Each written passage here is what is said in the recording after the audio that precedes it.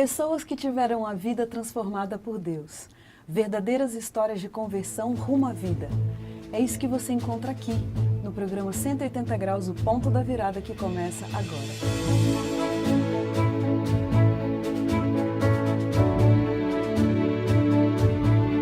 Quando sentimos o toque de Deus na vida, uma mudança acontece.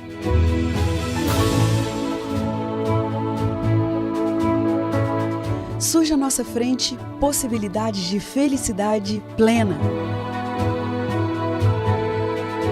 O toque de Deus restaura, renova, refaz.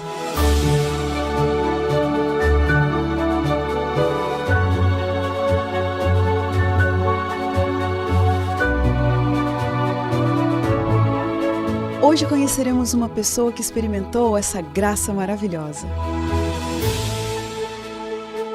Ela vai nos contar sobre essa mudança de 180 graus que lhe trouxe paz.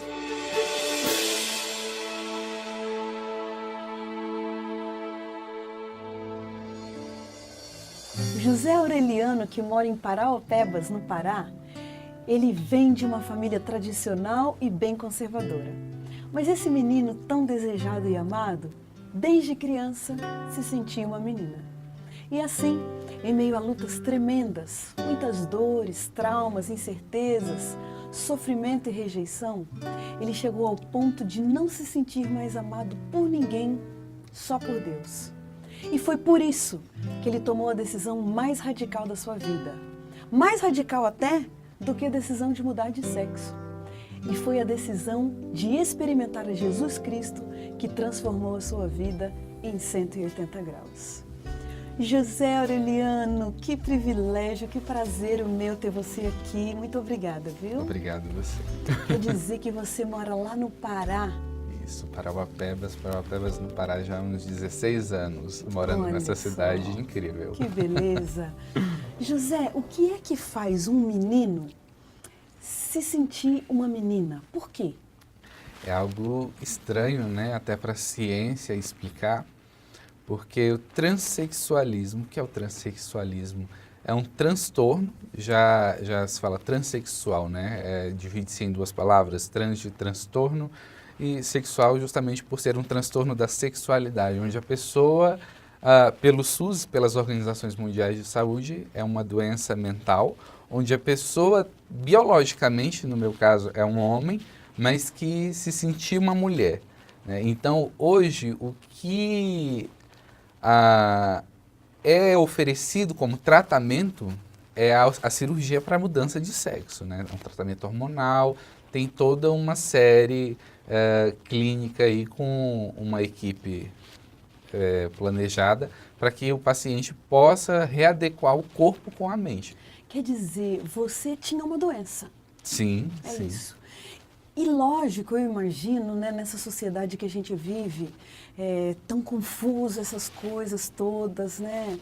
E você, desde quando começou assim a sofrer por isso? Olha, na verdade, desde criança, né? Desde criança, Desde você criança. já sabia que isso Já, não era normal? Eu sabia que existia uma coisa errada, eu não sabia o que era.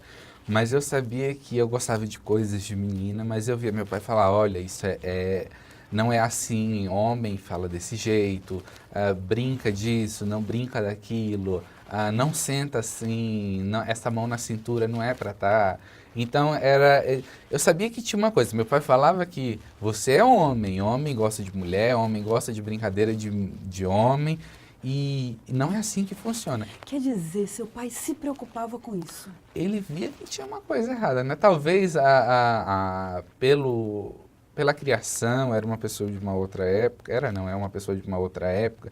Então, é de um tempo onde homem se portava como homem, mulher como mulher. Então, ele sabia que tinha que orientar o filho, mesmo, quem sabe, negando para si próprio que existe algo de errado nessa criança. Pois é, pensa, porque essa coisa de ser uma doença é uma coisa muito nova isso. Sim. E para a nossa sociedade brasileira como um todo, né, que é uma sociedade tradicional, Sim. tudo, saber lidar com isso é difícil, a gente não é orientado para isso. Extremamente né? complicado. Ninguém aprende a lidar com isso. Você, quando olha para trás, assim, você encontrou pessoas em quem se apoiar, em quem se abrir e pedir um apoio, uma ajuda, ou você passava por isso calado? Olha, a maior parte do tempo foi calado, né? Calado. Então, como minha família era uma família que via muita televisão, então desde criança eu via aqueles shows de calouros, né, no Silvio Santos, onde iam transformistas e eu pensava, nossa, é um homem, mas que se veste de mulher. Eu me sinto mulher, será que eu não sou igual a eles? Olha, E então eu fui passando por isso às cegas, vamos dizer assim, sem falar, entendo. guardando para mim mesmo. Entendo. Bom, vamos falar um pouquinho da sua cultura ali, né? Certo. Sua família tinha uma cabeça aberta para isso, você já disse que seu pai é de uma outra geração, lógico, né? Sim. Mas como que a sua cultura, o seu bairro, a sua cidade, ninguém estava preparado para lidar com isso? Justamente, a minha mãe, eu lembro que quando foi para me expor a verdade, né, falar o que dos meus sentimentos, que eu já não aguentava mais, eu já tinha 17 anos, tinha passado por uma adolescência conturbada, né, nessa questão da descoberta do que você é, do como se sente e o que você quer para a sua vida. Então eu já não aguentava mais, então num fim de semana eu resolvi contar para o meu pai, porque eu sabia que eu não teria capacidade de contar primeiro para minha mãe. Ah, então você achou que contar para a mãe ia ser dolorido demais? Muito, extremamente. Você já citou que seu pai procurava te educar e falar, olha, menino faz isso, menina faz aquilo. E a sua mãe, como que ela ficava nesse meio? Minha mãe, eu não consigo lembrar da forma como ela se portava, mas eu lembro muito do meu pai falar, ah, ele é assim por culpa sua, porque você mima demais. Mas eu diria que não. Diria que a vida foi me levando a fazer escolhas por conta dos meus sentimentos. Então, eu vejo que a questão do sofrer calado era algo que era muito complexo, muito difícil até mesmo para mim entender como que eu tive capacidade para suportar todas as Sim. coisas e as escolhas que eu fiz durante a vida. Sim, a adolescência geralmente já é uma fase, né? Traumática para De todos. descoberta. Imagina, você está Sim. se abrindo para a vida. É justamente a fase da descoberta da sexualidade. Justamente. E você passando por aquele turbilhão de sentimentos, de sensações, de angústias. É difícil, né? Complicado. Eu lembro que eu fui descobrir o que era transexualidade, o que era o transexualismo, já depois dos 15 anos de idade. Eu descobri a cirurgia, que existia uma cirurgia quando houve o caso da Roberta Close, né? Então eu falei, opa, ela não era um transexual, ela era uma hermafrodita que tinha os dois sexos ao mesmo tempo. Então ela fez uma cirurgia para corrigir. Então eu descobri que existia uma possibilidade. Então a partir daí houve uma chama de esperança, né? Olha. Porque eu sofria. Eu era homem, eu tenho um corpo de homem, mas eu me sentia mulher. Então eu queria adequar, eu queria fazer a cirurgia não para me tornar mulher, mas porque eu já era. Eu queria adequar o corpo com a minha mente. Gente, que coisa. José, vamos falar um pouquinho dos seus sentimentos nessa época, porque não tem como quem nunca passou por isso imaginar. Justamente. Mas é uma experiência tão forte essa. E você sem auxílio psicológico, sem alguém em quem se apoiar, você foi tão forte. Como que você acha que você passou por essa fase? Onde você buscava apoio psicológico para isso? Olha, eu diria que não existia um apoio, né? Eu me firmava em uma esperança, porque desde criança eu pensava. Eu lembro quando eu era criança, eu tinha tanto nojo do meu corpo que eu queria pegar uma faca e cortar os genitais. É mesmo? Mas eu pensava, eu não vou fazer isso, porque eu tinha medo do meu pai, e aí eu pensava, eu vou estudar muito, eu vou ser muito inteligente, eu vou me formar, vou crescer. E quando eu estiver morando sozinho, aí eu vou cortar. Gente, você Então, tinha esse eu objetivo tinha na esse vida. objetivo, mesmo sem saber que existia uma cirurgia. Eu descobri a cirurgia justamente com o caso da Roberta Close, que existia uma possibilidade, então eu me firmava nessa esperança, né, de um dia poder transformar o meu corpo com a minha mente, o que eu já era. Olha só, mas pensa, você com esse objetivo e todo mundo à sua volta esperando uma outra coisa, com uma Sim. esperança de que um dia ele vai se firmar mesmo como homem. Imagina você, que fogo cruzado, né? Que situação Justamente. difícil. Quer dizer que no meio dessa angústia toda, um dia você se sentou com seu pai e se abriu com ele. Abri o coração. Você se lembra daquele dia? Lembro, e é um dia assim que me toca muito, mexe muito comigo, porque eu estava esperando ser espancado, eu estava esperando ser posto para fora de casa, e eu já tinha combinado com um amigo, olha, hoje é o dia e se prepara, talvez eu apareça aí. Olha só. E você, Então. você conseguiu falar? Não começou a chorar? Ah, comecei a chorar muito. Meu pai nesse dia estava trabalhando, ele trabalha como vigilante em uma escola, então eu esperei justamente o sábado que não tinha aula e era o único lugar que eu poderia conversar sós com ele, sem a presença da minha mãe. Então, Ah, você foi lá na escola? fui na escola. Eu esperei ele almoçar e aí comecei a chorar e ele já, sem saber o que fazer, e eu falei, pai, eu sou gay. Porque não adiantava eu falar que eu era transexual, porque para ele não ia fazer diferença o que era ou deixava de ser. Aí eu lembro que ele bomba, hein? levantou, que bomba. Ele levantou, ele me abraçou e ele falou, olha, quando você nasceu, que o médico saiu da sala do parto e falou, é um homem, você foi a maior alegria que eu já tive na minha vida. Então, se você quiser continuar a viver comigo, você vai ser homem. Então, ele me desarmou. Foi algo que eu não estava pronto, não estava preparado para aquele abraço. Um abraço de amor.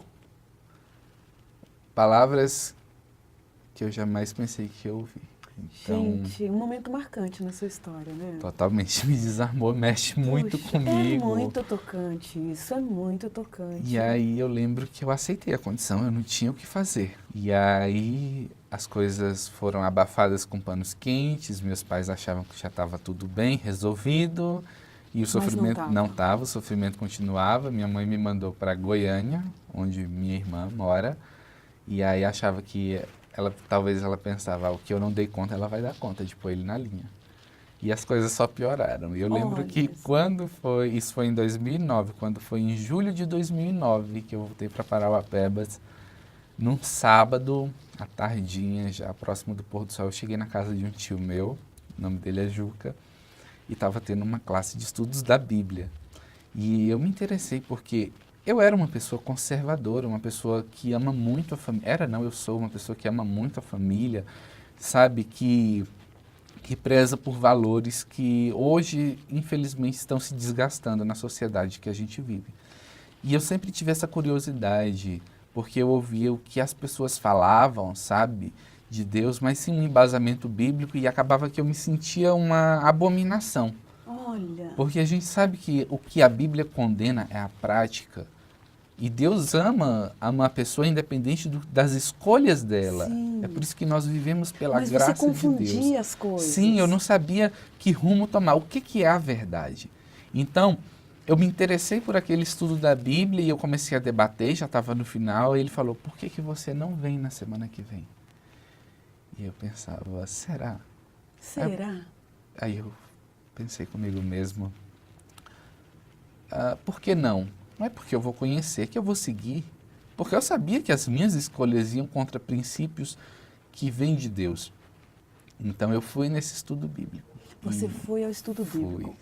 Mas escuta, José, paralelamente a isso, que caminhos que você estava trilhando para conseguir o seu objetivo de realmente adequar o seu corpo à sua mente? A princípio eu tomava hormônios escondido, tomava em quantidades mínimas, né? Porque eu morava com meus pais.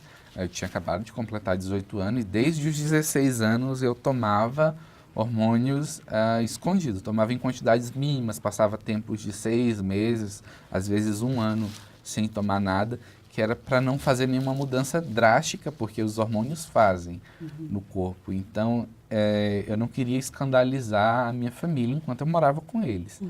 E aí chegou essa questão do estudo bíblico e eu comecei a me envolver.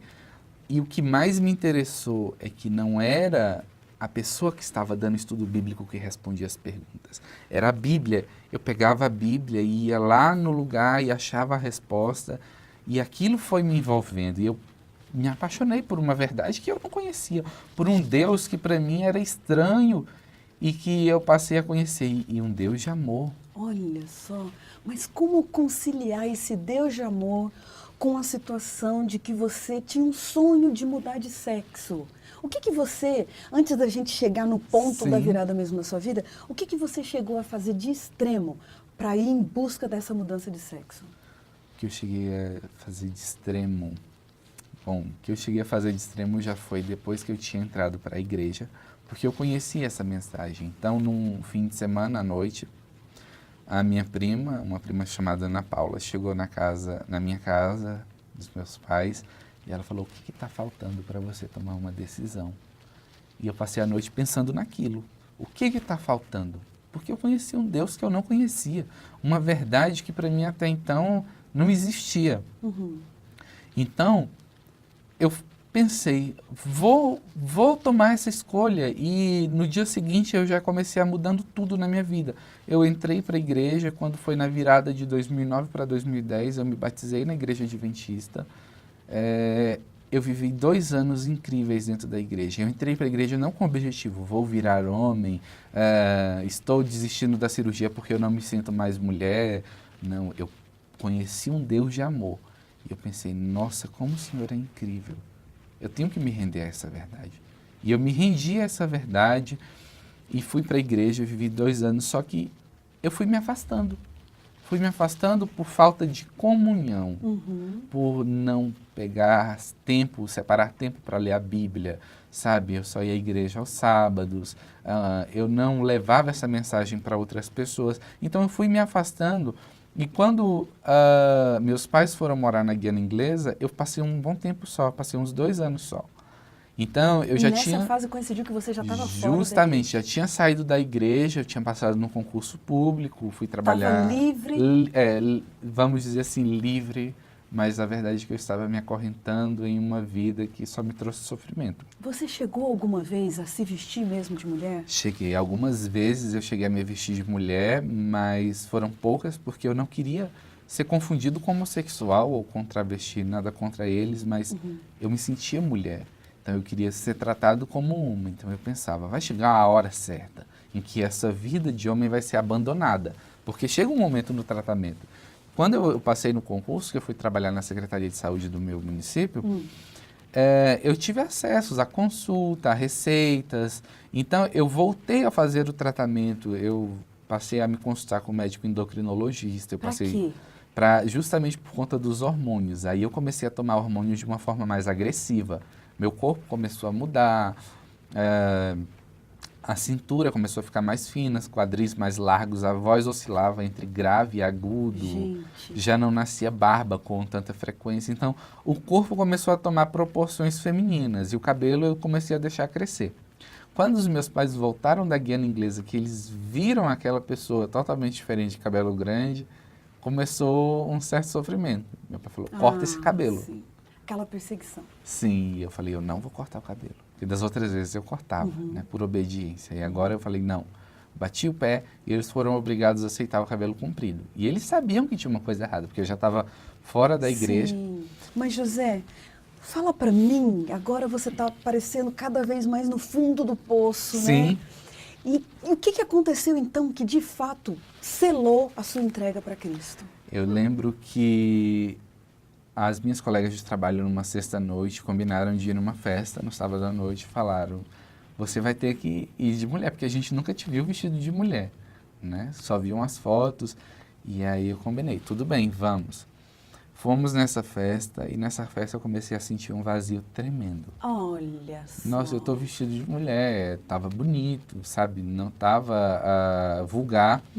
Mas eu sabia que para as pessoas eu não era uma mulher. As pessoas te olham como algo interessante de ver, sabe? Mas digamos que é uma alienígena. Olha. Então eu me sentia uma alienígena entre as pessoas. E aí no dia seguinte eu passei o dia refletindo naquilo. Eu passei o dia refletindo que minha família estava se destruindo, tinha placa de venda na casa, meus pais falavam de divórcio. E eu estava sofrendo. Eu estava sofrendo porque eu estava me destruindo. E aí as pessoas pensam, ah, mas ele era uma vítima. Não, minha família também era uma vítima. Não existe apenas um vilão e uma vítima. Ah, a família é uma vilã e o jovenzinho homossexual, transexual é a vítima. Não, ambos os lados sofrem. E eu sofria por ver meus pais sofrendo, eu sofria por me distanciar de pessoas queridas da igreja, eu sofria porque eu criava uma barreira. Então eu comecei a ouvir a voz do Espírito Santo. Olha só. Volta. Ai, que coisa linda. E Que foi coisa complicado. linda. Você Essa abrir mão, eu palavra. falava para Deus, eu já cheguei até aqui, eu vou até o final. E o Espírito Santo insistindo com você. Volta, sabe? E cada vez mais forte. E eu comecei a chorar. E eu lembro que eu estava arrumando meus cabelos, eu tinha um cabelo muito grande. E aí, cada vez mais o Espírito Santo incomodando, sabe? E eu vendo que minha vida estava tão destruída que eu só senti o amor de Deus na minha vida. Eu nunca senti rejeição de Deus. Eu sempre senti Deus me chamando, sabe? Eu tenho algo melhor para você. E você aí, resistindo, até que chegou o momento que eu vou me entregar a esse Deus. Ai, que decisão corajosa essa. E agora eu quero saber, José, essa transformação de 180 graus foi uma experiência com Deus ou foi também uma transformação física, mental? Como é que foi? Literalmente uma experiência com Deus e ao mesmo tempo física e mental, porque eu voltei ao chamado do Espírito Santo, me rebatizei, sabe? E eu pensei comigo mesmo, vai ser diferente. Eu passei a estudar a Bíblia, fazer ano bíblico, que é o estudo anual da Bíblia. Eu passei a me envolver nos programas da igreja. A Igreja Adventista tem um programa chamado Pequeno Grupo, que é um estilo de vida adventista, onde nos reunimos e abrimos o coração entre irmãos. E é uma família espiritual. E essa família espiritual me abraçou e começou a orar por mim, e eu me envolvendo na igreja e com o tempo, sabe, naturalmente, progressivamente, não foi nada um estalar de dedos e agora eu sou homem, não. Porque eu não voltei para a igreja para me sentir homem, eu voltei para me entregar para Deus. Eu pensei, ele me ama tanto, então ele é a única pessoa que me ama verdadeiramente, eu quero corresponder a esse amor. Voltei para a igreja, me entreguei a um Deus verdadeiro e ao me envolver numa comunhão, Deus foi transformando a minha mente. Aos poucos eu comecei a me sentir homem, eu comecei a sentir atração sexual por mulher. Eu passei a ter prazer em me vestir como homem, que eu odiava comprar roupas masculinas. Então, hoje eu vejo, e eu não pedi para Deus, eu não fiquei, sabe? Mas eu, ao invés de orar por mim, eu orava pelas pessoas, eu me envolvia com as pessoas em projetos missionários de ganhar almas para Cristo. E eu vi que Deus foi transformando minha vida naturalmente, sem forçação de barra, sem pressão. Amém. E hoje eu não consigo entender como que aquele antigo José existia. É mesmo? Eu olho Parece as uma coisa fotos. desconhecida. Sim, era uma outra vida. Gente Sabe? do Eu céu. não consigo entender como que eu me senti mulher. Porque Olha. hoje eu me sinto homem. Eu tenho desejo por mulher. Eu tenho vontade de constituir uma família. Olha E só. as próprias meninas que trabalhavam comigo, elas falam, não tem como, você é homem. A doutora que trabalhava comigo, o nome dela é doutora Ana Paula, quando eu decidi voltar para a igreja, ela falou, você está se precipitando, você vai ser infeliz. Hoje ela fala, não tem como, sua vida é um milagre. Gente, é um milagre mesmo. Ela fala, José, você é Olha, homem. Olha, graças a Deus, e a gente só Amém tem por que dizer, isso. louvado seja o nome do Seja nosso o nome. Senhor Amém. Jesus Cristo. Glória a Deus. Que história maravilhosa. Amém. José, a gente poderia ficar conversando horas e horas a Sim. mais, mas vamos lá para o nosso momento aqui das perguntinhas, rapidinhos? Ok. Pai, Um grande amor, um sentimento constante, salvação, um perigo, escolhas, um privilégio, servir a Deus, um sonho, ir para o céu, sofrimento. passado, Sabe que todos nós temos pessoas a quem nós devemos muito e somos muito agradecidos. O seu abraço especial de hoje vai para quem? olha, meu abraço especial vai para esse meu tio Juca, que foi a pessoa que me mostrou a verdade. vai para os 3 irmãos da igreja que me evangelizaram, me mostraram a Bíblia, a verdade. O irmão Aguinaldo, Bail e o irmão Antônio Filho. E vai para minha prima Ana Paula também, que fez um apelo que me tocou ao coração. O que está faltando? E aí ela também me mostrou um programa no Novo Tempo que mostrou uma mudança. E eu pensei, Deus também pode mudar minha vida. E eu acreditar na mudança fez com que Deus transformasse em 180 graus. Então, eu agradeço a Deus pela vida dessas pessoas, pelo meu pequeno grupo, pela Igreja Adventista do Sétimo Dia que me acolheu sem preconceitos, sabe? Sem temor algum. Me acolheu de braços abertos, assim como Cristo me amou. Amém. Eu agradeço. E qual é o verso da Bíblia que te acompanha? O verso da Bíblia que me acompanha está em Romanos 8.